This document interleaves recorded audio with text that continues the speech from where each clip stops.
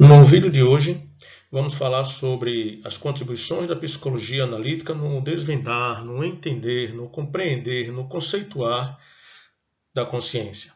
Consciência aqui entendida como um conhecimento ou consciência de si, consciência ética, consciência do mundo e dos outros.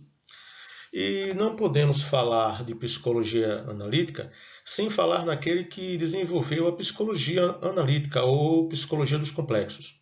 Que, na verdade, essa psicologia analítica ou psicologia dos complexos é uma evolução da psicanálise, na qual Carl Gustav Jung juntou o método psicanalítico de Freud, a psicologia de Adler e outras tendências existentes no período. Jung nasceu em 1875, na Suíça, e faleceu em 1961. Ele investigou possíveis relações entre a psique e as manifestações culturais, integrando à psicologia elementos vindos de diversas áreas, como a antropologia, a arte, a mitologia e a religião. Em 1910, com o nascimento da Sociedade Internacional de Psicanálise, Jung se tornou o primeiro presidente dessa sociedade.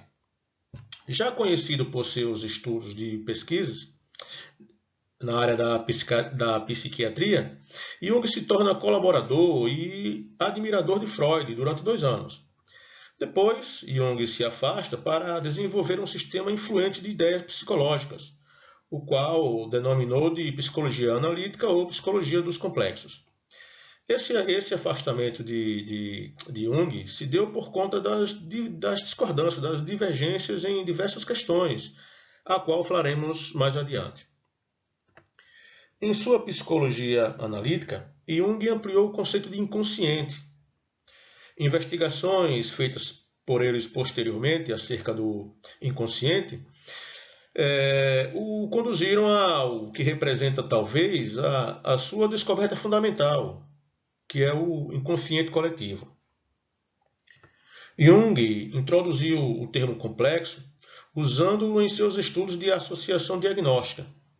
Jung define complexo como sendo grupos de conteúdos que saem da consciência e se alojam no inconsciente. No inconsciente, esses grupos de conteúdos agem de forma autônoma e vão influir na conduta humana. Essa influência pode ser negativa, mas também pode ser positiva quando influencia e abre perspectivas para novas possibilidades de criação e de sucesso. E como seria detectado se alguém tem complexo?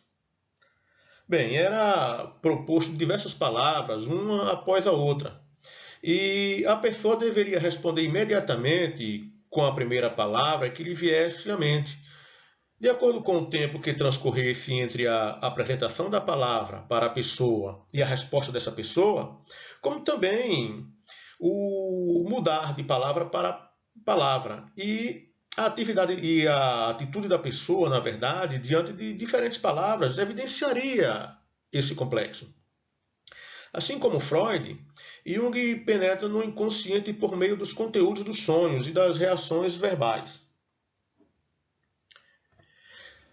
Falamos que Jung se afastou de Freud por discordar com os métodos freudianos. Freud se opunha ao interesse de Jung pela religião. E Jung, por sua vez, discordava da importância que Freud dava ao impulso sexual e aos traumas ligados à repreensão na infância. Jung via um reducionismo por parte de Freud.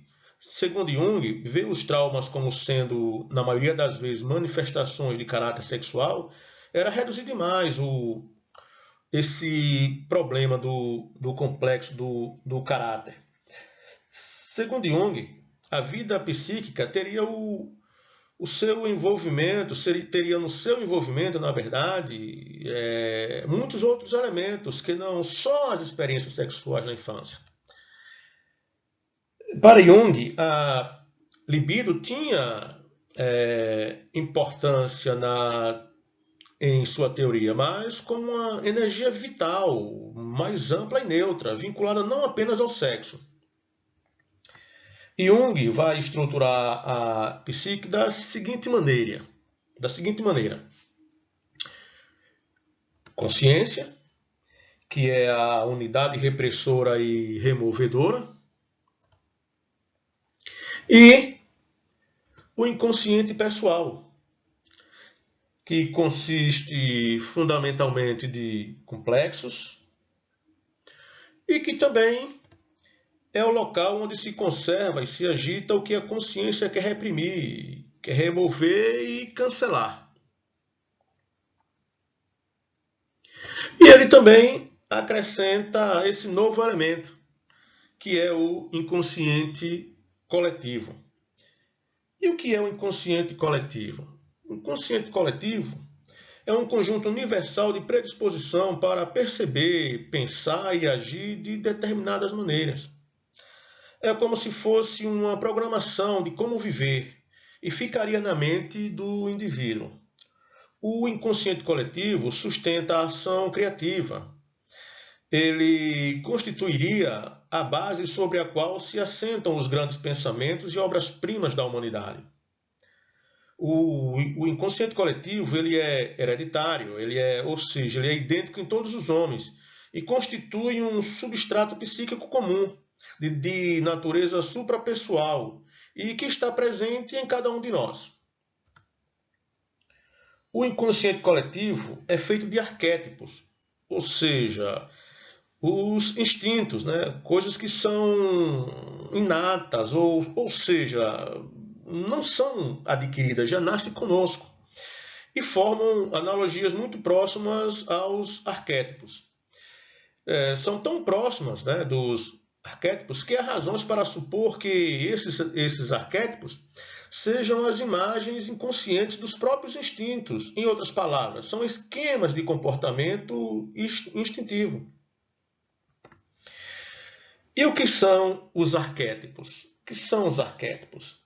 São esquemas de reações instintivas, de reações psíquicas obrigatórias e que se encontram nos sonhos, mas também nas mitologias, nas tradições religiosas, relacionando-se sempre com características da natureza humana, com o nascimento, como a morte, as imagens paterna e materna, e as relações também entre os dois sexos. Há imagens primordiais que constituem os pensamentos e sentimentos mais antigos, gerais e profundos da humanidade. Essas imagens elas têm vida próprias. Essas imagens ou conteúdos simbólicos muito primitivos formam uma linguagem comum a todos os seres humanos, de todos os tempos e lugares da Terra, ou seja, tem um caráter impessoal e universal. Esses arquétipos refletem algo como a história evolutiva de nossa espécie. Eles refletem, na verdade, a estrutura própria da psique. E quais são os principais arquétipos? Nós temos a persona, que é a máscara que usamos para enfrentar o mundo e conviver com a comunidade, incorporando suas expectativas. Nós temos a sombra, que é aquilo que não temos desejo de ser. Nós temos a anima, que é a imagem de mulher contida na psique de um homem. Nós temos o ânimos, que é a imagem de homem contida na psique de uma mulher. E nós temos o self, que é o si mesmo. Corresponde à imagem primordial da totalidade do ser, ou seja, a essência de uma pessoa em conexão com uma dimensão maior.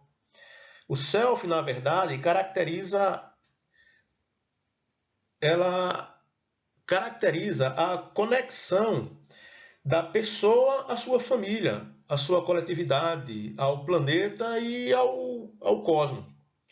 O self é o arquétipo da sabedoria de um ser ou um organismo, no sentido representativo à sua intencionalidade, ou seja, o propósito, o sentido de sua existência. Outra temática relevante no pensamento de Jung é a sua teoria dos tipos psicológicos. E, com base na análise da controvérsia entre Freud e Adler, Jung consegue delinear a tipologia do introvertido e do extrovertido, onde ele tem os acontecimentos externos a si, são da máxima importância no plano consciente, e isso para o extrovertido, que vai representar Freud. Já no plano inconsciente, essa atividade psíquica do extrovertido concentra-se em seu próprio eu. Já o introvertido seria, para ele, para Jung, Adler, onde no plano consciente, o que conta para o introvertido é a resposta subjetiva aos acontecimentos e circunstâncias externas. No plano inconsciente, o introvertido ele é impelido com um sentido de medo, e esse sentido de medo vai se apresentar perante o mundo externo.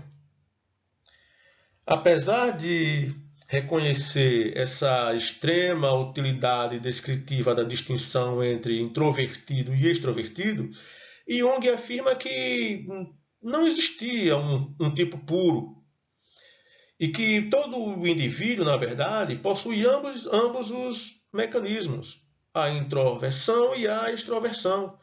E somente a predominância relativa de um ou de outro é que vai determinar o tipo de caráter que a pessoa tem.